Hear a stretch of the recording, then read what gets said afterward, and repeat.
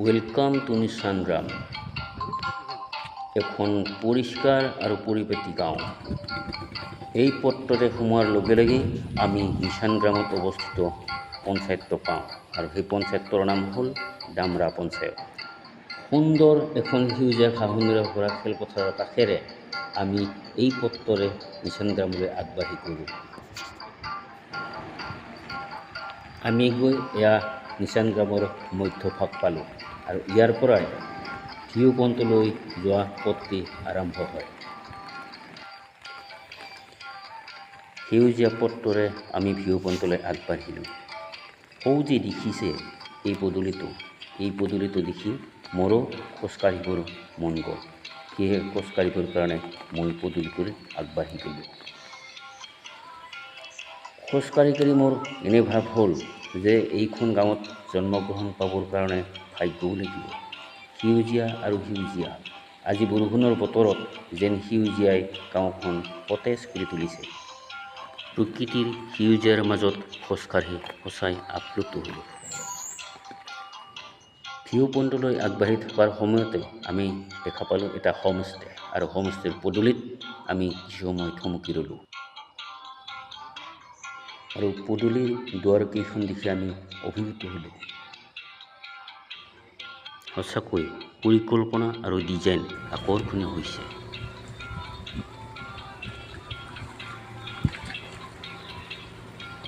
এনেদৰে হোমষ্টেৰ পদূলিৰ পৰা আমি পুনৰ ভিউ পইণ্টলৈ আগবাঢ়ি গৈ থাকিলোঁ।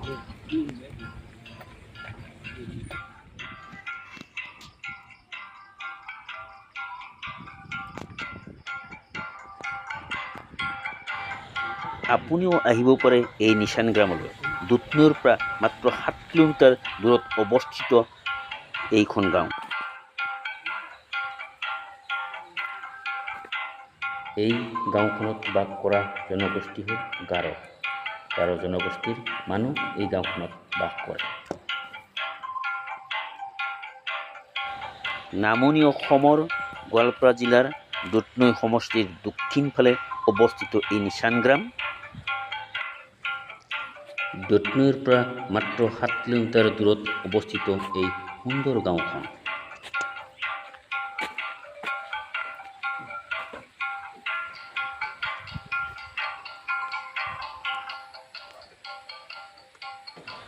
নিশান গ্ৰামৰ গাৰো জনগোষ্ঠীয়ে যি ভাষা কয়, সেই ভাষাটোৱে গাৰো জনগোষ্ঠীৰ মান্য ভাষা হিচাপে স্বীকৃতি লাভ কৰিছে।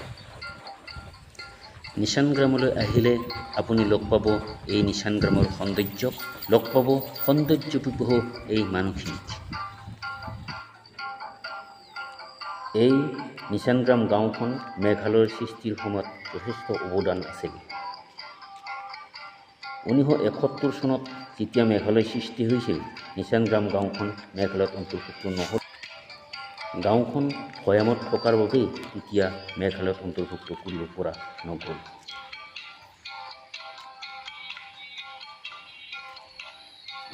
আৰু ভিউ পইণ্টৰ ওচৰত থকা পানীখিনি ইমানেই পৰিষ্কাৰ যে এবাৰ চুই চাবৰ কাৰণে হেঁপাহ জাগে।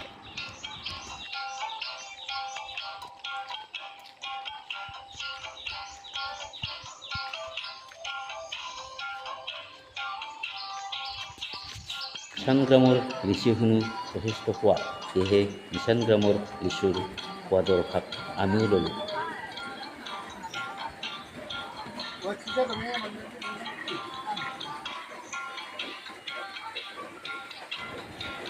গাঁওখনৰ পৰ্বতৰ চূড়াত থকা এই ভিউ পইণ্টটো সঁচাই চাবলগীয়া আৰু সৌন্দৰ্যশীল। মানুহখিনিৰ সৎ প্ৰচেষ্টাৰ বাবেই আজি এই ভিউ পইণ্টটো সুন্দৰ, সৰ্বাংগ সুন্দৰ এটা সৌন্দৰ্যশীল ভিউ পইণ্টলৈ ৰূপান্তৰিত কৰিছে। গাঁওখন সৌন্দৰ্যশীল কৰি তুলিবৰ কাৰণে মানুহখিনি যি প্ৰচেষ্টা কৰিছিল, তাক উদগনি যোগাবৰ কাৰণে ভিউ পইণ্টত থকা ডনেশ্যন বক্সৰ ওচৰলৈ গৈ আমি কিছু ডনেশ্যন আগবঢ়াই আহিলোঁ। ভিডিঅ'টো যদি চাই ভাল পালে ছাবস্ক্ৰাইব কৰিব প্লিজ।